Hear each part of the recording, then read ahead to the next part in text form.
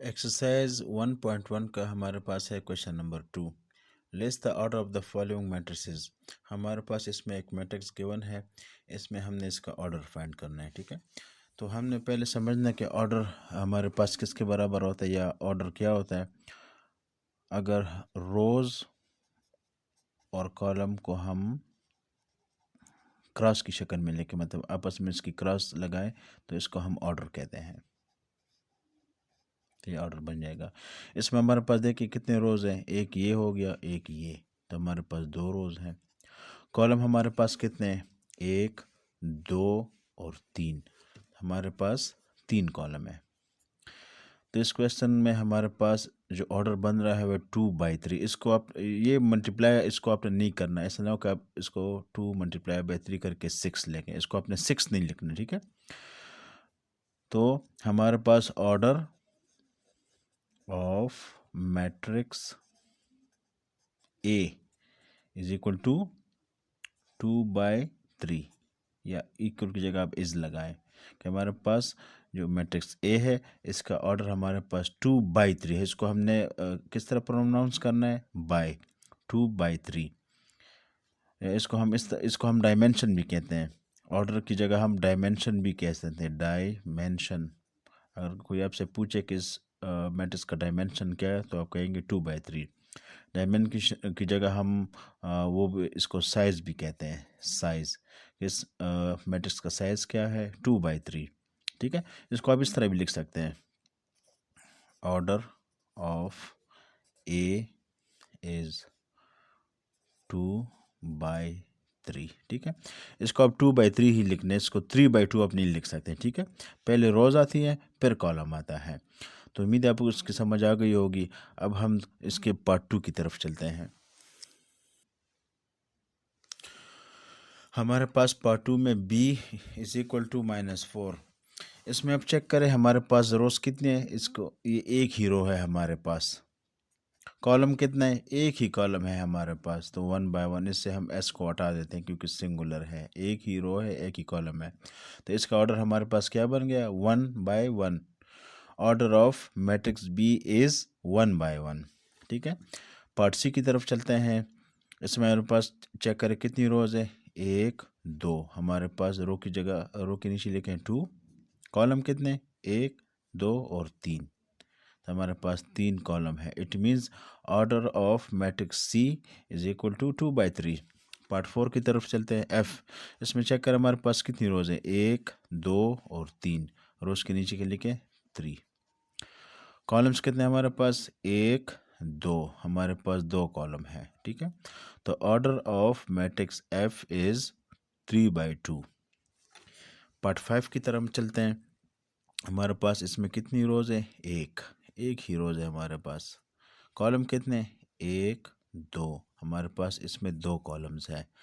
तो order of matrix E is equal to 1/2। इसको आपने इस तरह पढ़ना है, इसको इस तरह प्रोनाउंस करना है। ठीक है, या शॉर्टकट में आप लिख सकते हैं ऑर्डर इज इक्वल टू 1/2।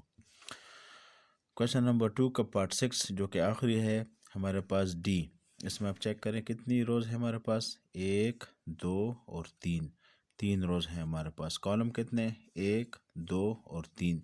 3 ही हमारे पास कॉलम है। तो इट मीन्स ऑर्डर ऑफ, इसको मैं एक दफ़ा लिख लेता हूँ क्योंकि आखिरी क्वेश्चन है, ऑर्डर ऑफ डी इज़ 3/3। ठीक है, तो इसको आपने इस तरह सॉल्व करना है। तो ये क्वेश्चन नंबर 2 आपके पास ख़त्म हो गया है। स्टूडेंट, नेक्स्ट क्वेश्चन हमारे पास है क्वेश्चन नंबर 3। इसमें हमारे पास एक मैट्रिक्स गिवन है ए। इसकी वैल्यूज़ है हमारे पास 3 2 -4 -2 0 5 0 2 1 5 -3 4 6।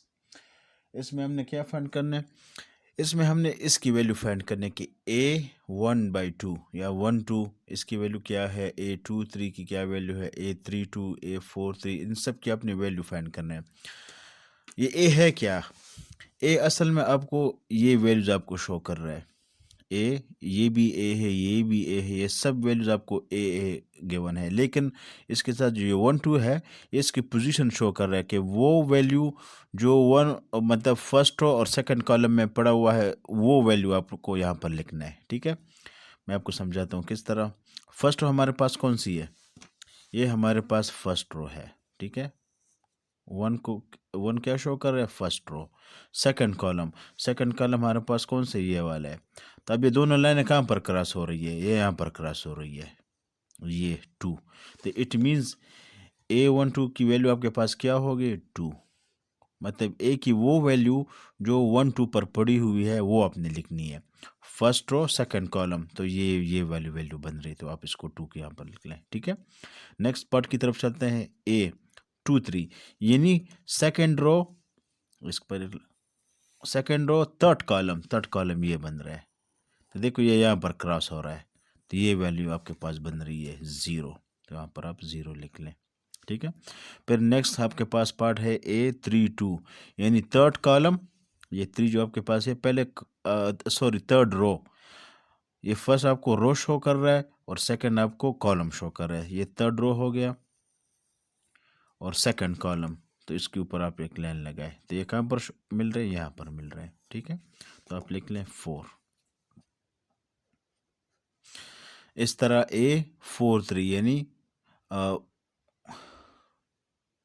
सॉरी, पहले वाले क्वेश्चन में हमने गलती कर ली। थर्ड रो हमारे पास ये बन रहा है, ये थर्ड रो और सेकंड कॉलम ये, तो ये इसकी वैल्यू आपके पास 1 बन रही है, इसको आप 1 कर लें। अच्छा, पार्ट 4 की तरफ चलते हैं। A43, तो देखें 4 का मतलब फोर्थ रो, ये वाली रो, और थर्ड कॉलम हमारे पास ये बन रहे हैं, मतलब 6 की वैल्यू, तो यहाँ पर आप लिखें 6। ठीक है, अच्छा, पार्ट 5 इसका है A13, तो देखिए वो वैल्यू जो फर्स्ट रो और थर्ड कॉलम पर, तो ये फर्स्ट रो है और थर्ड कॉलम आपके पास क्या बन रहा है? ये वाला आपके पास बन रहा है। देखिए ये फर्स्ट रो, ये और ये यहाँ पर, ये दोनों आपस में कहाँ पर मिल रहे हैं? यहाँ पर मिल रहे हैं, तो -4 की वैल्यू आपके पास यहाँ पर आ जाएगी, -4। आखिरी part, third row third column, तो ये थर्ड रो है और ये थर्ड कॉलम, ये दोनों कहाँ पर मिल रहे हैं? ये दोनों यहाँ पर मिल रहे हैं, 5 पर। तो आपके पास A33 की वैल्यू क्या आ जाएगी? 5।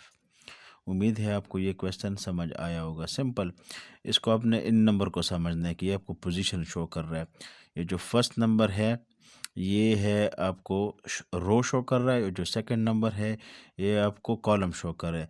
तो ये जहाँ पर आपस में इंटरसेक्ट होंगे वही वैल्यू आपने यहाँ पर लिख लेनी है। ठीक है, तो ये क्वेश्चन नंबर 3 आपका फिनिश हो गया है।